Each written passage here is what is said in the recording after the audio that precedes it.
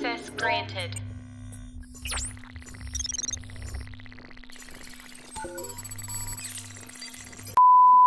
Assalamualaikum warahmatullahi wabarakatuh. Perkenalkan, kami dari kelompok 6. Di sini kami akan menjelaskan mengenai beberapa metode dari algoritma penjadwalan. Sebelum itu, izinkan kami memperkenalkan diri terlebih dahulu. Yang pertama ada saya dengan Azara Adelia Sabrina Salsabila, NPM digit terakhirnya 272. Begitu juga dengan teman saya Hilya Zada Mardatila dengan NPM 172. Lalu ada Enginur Sabrina dengan NPM 254, dan yang terakhir ada Salsabila Farida Firdaus dengan NPM 271. Langsung saja kita masuk ke algoritma pertama. Di sini saya akan menjelaskan tentang first come first serve. First come first serve yaitu sistem antrian penjadwalan yang mengutamakan proses yang pertama kali diinput akan dilayani terlebih dahulu sampai selesai. Lalu proses tersebut diberi jarak waktu yang diurutkan berdasarkan waktu kedatangan. Selanjutnya di tabel ini ada proses, burst time, arrival time. Proses di sini ada 4 proses, yaitu P1, P2, P3, dan P4. Lalu selanjutnya di sini juga ada band chart. Band chart di sini ada 0, 6, 9, 14, dan 19. Lalu selanjutnya ada average waiting time atau AWT. Lalu selanjutnya ada AWT sama dengan 0 ditambah 6 ditambah 9 ditambah 14 per 4 sama dengan 29 per 4 sama dengan 7,25 ms. Saya di sini akan menjelaskan tentang shortest job first yang bagian non-preemptive. Sebelumnya, terdapat perbedaan antara non-preemptive dan preemptive, yaitu jika non-preemptive, prosesnya tidak bisa diinterupsi, jadi harus menunggu sampai proses itu selesai baru bisa berganti proses yang lainnya. Jika preemptive, bisa diinterupsi dengan proses yang lainnya. Langsung saja, di sini ada tabel proses dengan ada 4 proses, yaitu P1, P2, P3, dan P4 dengan arrival time dan burst time sebagai berikut. Lalu kita akan membuat Gantt chart-nya. Yang pertama-tama kita akan menulis proses dengan arrival time 0, yaitu P1. Lalu di tengah-tengah proses P1 berlangsung ada P2 dan P3 di sini. P2 dengan arrival time 2 dengan burst time 8 dan P3 dengan arrival time 4 dengan burst time 3. Sesuai pengertiannya yaitu shortest job first, jadi kita akan mengambil proses dengan burst time yang terkecil terlebih dahulu. Jadi P1 di sini ada burst time 5. Kita akan menulis 5 di sini. Lalu dengan antrian tadi, kita akan mengambil burst time yang terkecil, yaitu ada proses P3. Jadi di sini P3 dengan burst time 3. Jadi 5 sampai 8 berarti kan ini ada 3. Lalu di tengah-tengah P3 ini ada proses P4 dengan arrival time 6. Lalu setelah itu P3 sampai sini 8. Lalu terdapat antrian P4 dengan burst time 2, dan di sini tadi ada proses P2 dengan burst time 8. Jadi yang kita ambil adalah P4 di sini dengan arrival time 6 dan burst time 8. Jadi di sini selanjutnya adalah P4 dengan burst time 2. Jadi di sini ada sampai 10. Lalu yang terakhir ada antrian yang terakhir dengan burst time yang paling besar yaitu 8. Jadi di sini ada P2. 10 sampai 18 berarti ini jumlahnya ada 8. Lalu kita akan mencari waiting time atau waktu tunggunya. Jadi waktu tunggu ini bisa dicari dengan cara waktu proses dieksekusi dikurangi waktu arrival time. Jadi ini sama. Jadi P1 dieksekusi waktu ke 0 dikurangi arrival time-nya 0 sama dengan 0. Lalu P2 dieksekusi atau dijalankan pada angka ke-10 dengan dikurangi arrival time-nya 2. Jadi 10 dikurangi 2 sama dengan 8. P3 dieksekusi atau dijalankan pada waktu ke-5. Jadi 5 dikurangi arrival time-nya 4, jadi 5 dikurangi 4 sama dengan 1. P4 sama dengan waktu dieksekusinya 8 dikurangi 6 arrival time-nya. Maka dari itu 8 dikurangi 6 sama dengan 2. Jadi rata-rata waktu tunggunya itu adalah ini semua dijumlahkan 0 plus 8 plus 1 plus 2 dibagi jumlah prosesnya, jadi ada 4. Jadi rata-rata waktu tunggunya yaitu sama dengan 11 dibagi 4 sama dengan 2,75. Lalu selanjutnya saya akan menjelaskan tentang shortest job first yang bagian preemptive. Kita mendapatkan tabel sebagai berikut dengan prosesnya ada 4, yaitu ada P1, P2, P3, dan P4, lalu dengan arrival time dan burst time sebagai berikut. Lalu kita akan membuat Gantt chart-nya. Yang pertama, dengan arrival time 0, kita kedatangan P1. Lalu pada waktu atau arrival time 3, kita kedatangan P2 dengan burst time 5. Pada posisi ini, sisa burst time proses yang sudah datang yaitu dengan P1 dengan sisa burst time-nya 5 dan P2 dengan sisa burst time-nya 5 juga. Karena sisa burst time-nya sama, maka tetap melakukan P1. Jadi P1 tetap berjalan. Lalu di arrival time 5, kita kedatangan P3. Dan pada posisi ini sisa burst time proses yang sudah datang yaitu dengan sisanya yaitu P1 dengan sisa burst time 3, P2 dengan sisa burst time 5, dan P3 dengan sisa burst time 2. Karena P3 paling kecil, maka proses selanjutnya adalah P3. Lalu selanjutnya ada arrival time 6, kita kedatangan proses P4 dengan burst time-nya yaitu 6.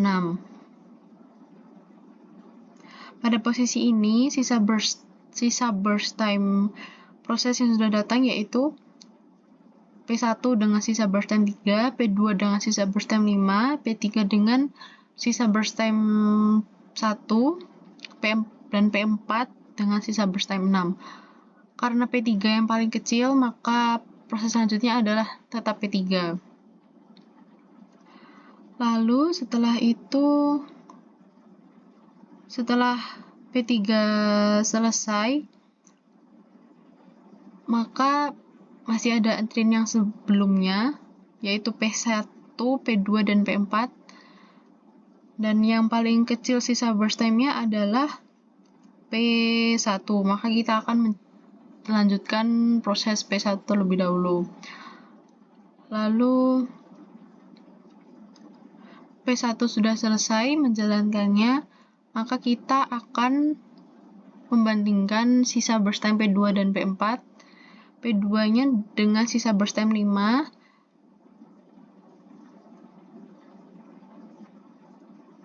dan P4-nya dengan sisa burst time 6. Maka dari itu kita akan melanjutkan dengan proses P2. Lalu setelah P2 selesai, kita akan melanjutkan proses P4.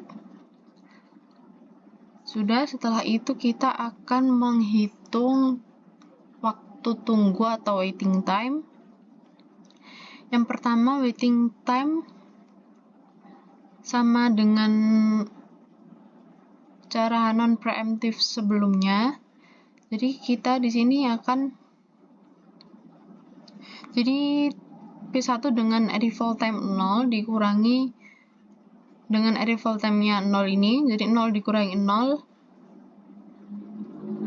Lalu yang 2 ini dengan waktu eksekusi P1 yang kedua dikurangi P1 selesai ini. Jadi 7 dikurangi 5 sama dengan 2, jadi 0 plus 2 sama dengan 2. Lalu P2 dengan waktu eksekusinya yaitu 10 dikurangi arrival time-nya 3, jadi 10 kurangi 3 sama dengan 7. Lalu selanjutnya ada P3. P3 dieksekusi waktu 5 dikurangi arrival time-nya 5, jadi 5 kurangi 5 sama dengan 0.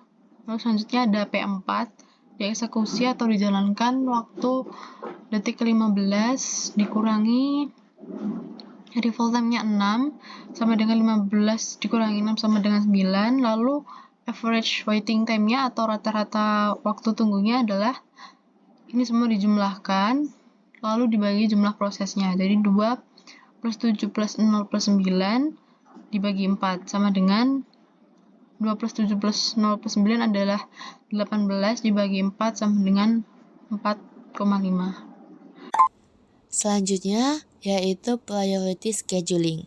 Di sini saya akan menjelaskan singkat mengenai algoritma priority scheduling. Jadi algoritma ini tuh merupakan algoritma penjadwalan yang mendahulukan proses yang memiliki prioritas tertinggi, di mana setiap prosesnya ini memiliki prioritasnya masing-masing. Nah, prioritas suatu proses ini dapat ditentukan melalui beberapa karakteristik, antara lain ada waktu. Yang pertama waktu, yang kedua memori yang dibutuhkan, yang ketiga banyaknya file yang terbuka, dan yang terakhir yang keempat perbandingan antara rata-rata input-output burst dengan rata-rata CPU burst. Nah, langsung saja kita masuk ke contoh soalnya. Jadi ini bisa dilihat ya di tabel berikut, kita memiliki 5 proses yang dimana sudah tercantum prioritasnya, kolom prioritas ini sudah tercantum prioritas keberapanya. Dan juga mungkin saya akan jelaskan detailnya ya, yang dimana proses pertama, proses 1 dengan durasi 7 milisecond, prioritas keempat, dan waktu kedatangannya 0. Yang selanjutnya proses 2, durasinya 5 milisecond, dia prioritas pertama, dan waktu kedatangannya juga 0. Selanjutnya proses 3 dengan durasi 4 milisecond, prioritas ketiga, dan waktu kedatangannya juga 0. Selanjutnya ada proses 4, durasinya 2 milisecond dengan prioritas kedua, waktu kedatangannya juga 0. Dan yang terakhir ada proses 5, durasinya 10 milisecond dengan prioritas kelima, dan waktu kedatangannya 0. Nah, di sini bisa dilihat ya waktu kedatangannya itu 0 semua, berarti dia mereka ini 5 proses ini ingin dikerjakan secara langsung. Tapi kita melihat kolom prioritas, ada yang namanya prioritas yang dimana kita harus mendahulukan yaitu prioritas pertama, yaitu kalau di tabel ini prioritas pertamanya adalah proses 2 dengan durasi 5. Jadi kita langsung gambarkan saja. Nah, ini dia. Karena dia prioritas pertama berarti dia adalah proses yang langsung dikerjakan tanpa waktu tunggu. Makanya ini waktu tunggunya ini adalah 0 karena dia langsung dikerjakan, dan durasinya 5 milisecond. Berarti kita bisa lanjut ke proses selanjutnya yaitu melihat di kolom prioritas juga tetap yaitu prioritas kedua dengan proses 4 dan durasi 2 milisecond. Nah, kita menulisnya yaitu 5 ditambah 2 karena durasinya 2 milisecond, jadi proses 4 ini berakhir di 7 milisecond. Selanjutnya prioritas ketiga. Prioritas ketiga ini ada proses 3 dengan durasi 4 milisecond, sama cara menghitungnya 7 ditambah 4 yaitu 11. Nah, seperti ini. Begitu juga dengan prioritas keempat yaitu proses 1, berarti 11 ditambah 7 yaitu 18. Dan yang terakhir prioritas kelima yaitu proses 5 dengan durasi 10, berarti 18 ditambah 10 sama dengan 20. Nah, setelah kita menghitung seperti ini, kita akan mencari yaitu average waiting time, yang artinya kita tuh mencari rata-rata waktu tunggu dari 5 proses ini. Nah, jadi rumusnya itu ya kita menghitung waktu tunggu dari setiap proses. Misalnya ini 0, diambilnya tuh dari sini. Kenapa? Karena proses 2 itu tidak menunggu kan, langsung dikerjakan, makanya kita tulis waktu tunggunya 0. Selanjutnya 5 yaitu dari waktu tunggu proses 4 ya kan. Jadi kita nunggu 5 milisecond dulu baru kita bisa mengerjakan proses 4. Begitu juga dengan yang 7. Ya kita bisa mengerjakan proses 3 itu dengan menunggu 7 milisecond ya kan, dengan waktu tunggu proses-proses sebelumnya ditambah dihasilkan waktu tunggu proses 3 yaitu 7. Begitu juga dengan proses 11 dan 18, yaitu yang 11 waktu tunggu proses 1 dan 18 ini waktu tunggu proses 4. Ini langsung dijumlahkan aja dan dibagi jumlah datanya, jumlah prosesnya. Kita kan punya 5 proses, makanya kita bagi 5 dan hasilnya 8,2 milisecond. Jadi bisa disimpulkan dari tabel di sini, contoh soal di sini, dengan 5 proses ini, average waiting time-nya adalah 8,2 milisecond. Selanjutnya yaitu penjadwalan dengan algoritma round robin. Nah, dalam penjadwalan dengan menggunakan algoritma round robin ini memiliki 3 ketentuan untuk penjadwalan CPU-nya. Ketentuannya adalah yang pertama, jika suatu proses itu belum selesai pada saat quantum time-nya sudah habis, maka proses yang berstatus running berubah status menjadi ready. Selanjutnya, CPU akan dialihkan ke proses berikutnya. Ketentuan yang kedua, jika suatu proses dalam status menunggu, misalnya menunggu selesainya proses I/O, maka proses yang berstatus running itu berubah menjadi block. Selanjutnya, CPU juga akan dialihkan ke proses berikutnya. Ketentuan yang ketiga, jika suatu proses sudah selesai selama quantum time-nya masih berjalan, maka proses tersebut diakhiri dan proses dilanjutkan ke proses berikutnya.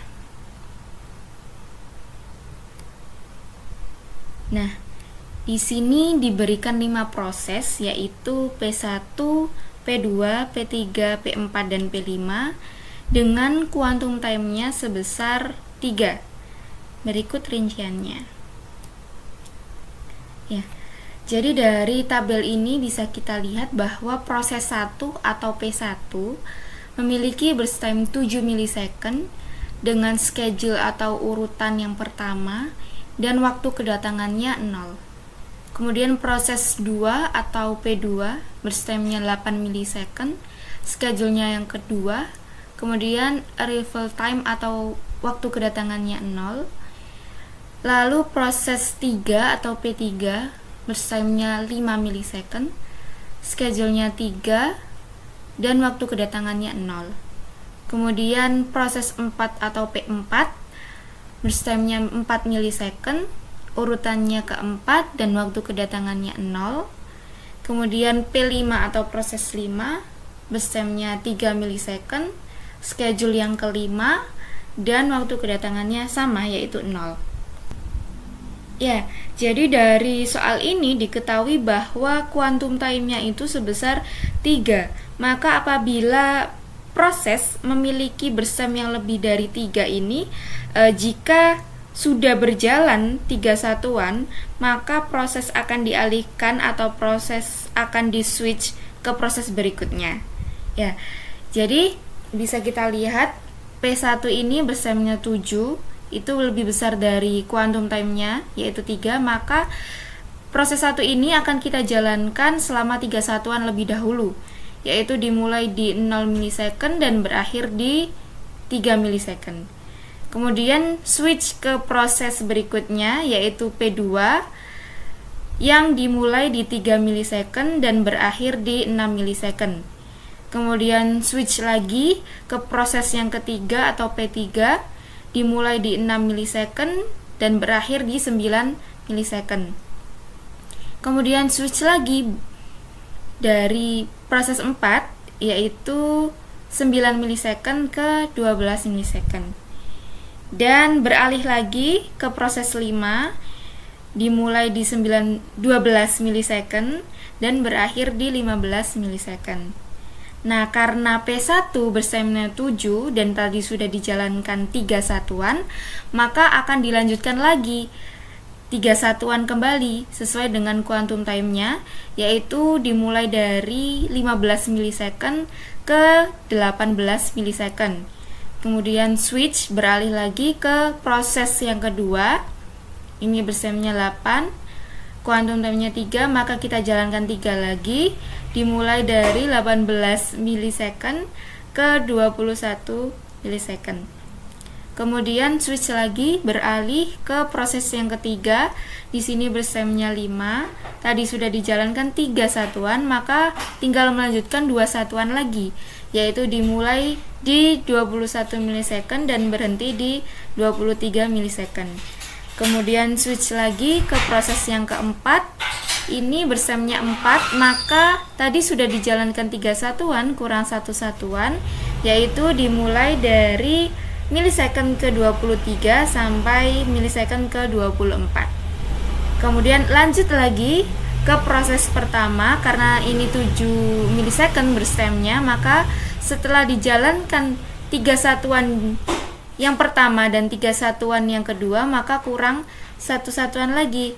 Jadi dimulai di 24 milisecond dan berhenti di 25 milisecond. Dan kita lihat lagi beralih ke proses yang kedua. Di sini bersamnya yang paling besar yaitu 8 milisecond. Jadi tadi sudah berjalan 3 satuan dari 3 ke 6 milisecond dan 18 ke 21 milisecond, maka tinggal melanjutkan yaitu 2 milisecond lagi, dilanjutkan dari milisecond ke 25 sampai milisecond ke 27.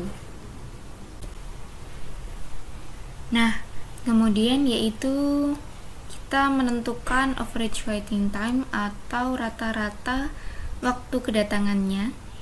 Dimulai dari P1 atau proses 1 kedatangannya di 0 dan ditambah kedatangan P1 yang kedua yaitu di 15 milisecond dikurangi selesainya P1 yang pertama yaitu 3 milisecond ditambah datangnya P1 yang ketiga yaitu di 24 milisecond dikurangi selesainya P1 yang kedua yaitu 18 milisecond sama dengan 18. Kemudian kita lanjutkan menghitung P2 atau proses 2. Waktu kedatangannya dimulai di 3 milisecond ditambah P2 yang kedua yaitu di 18 milisecond dikurangi selesainya P2 yang pertama yaitu di 6 milisecond. Kemudian ditambah waktu kedatangan P2 yang ketiga yaitu 25 milisecond dikurangi selesainya P2 yang kedua yaitu di 21 milisecond dijumlahkan menjadi 19.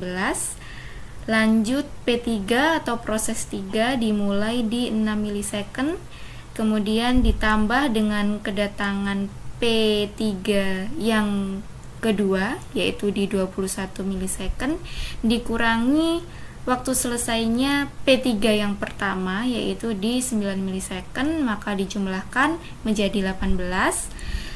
P4 waktu kedatangannya dimulai di 9 milisecond, kemudian ditambah waktu kedatangan P4 yang kedua di 23 milisecond, dikurangi waktu selesainya P4 yang pertama yaitu 12 milisecond, dijumlahkan sama dengan 20, dan waktu kedatangan P5 yaitu di 12 milisecond. Nah, waktu kedatangan P1, P2, P3, P4 dan P5 ini dijumlahkan yaitu 18 ditambah 19 ditambah 18 ditambah 20 ditambah 12 dan dibagi banyaknya proses yaitu 5. Dibagi 5, maka kita dapatkan average waiting time-nya yaitu 17,4 milisecond. Nah, kemudian kita akan menentukan atau menghitung average turnaround dari permasalahan tadi. Sudah diketahui bahwa prosesnya yaitu P1, P2, P3, P4, P5 itu saat tibanya sama di 0 milisecond. Kemudian lama prosesnya masing-masing P1 di 7 milisecond, P2 selama 8 milisecond, P3 5 milisecond, P4 4 milisecond, P5 3 milisecond, dan saat mulainya itu P1 di 0 milisecond, P2 di 3 milisecond, P3 di 6 milisecond, P4 di 9 milisecond, P5 di 12 milisecond. Kita juga sudah bisa menentukan saat selesai dari masing-masing prosesnya, yaitu proses 1 selesai di 25 milisecond, proses 2 selesai di 27 milisecond, proses 3 selesai di 23 milisecond, proses 4 selesai di 24 milisecond, proses 5 selesai di 15 milisecond. Jadi untuk menghitung average turnaround-nya, kita menjumlahkan saat selesai dari masing-masing proses tadi. Jadi 25 ditambah 27 ditambah 23 ditambah 24 ditambah 15 ini jika dijumlahkan kita dapatkan angka 114.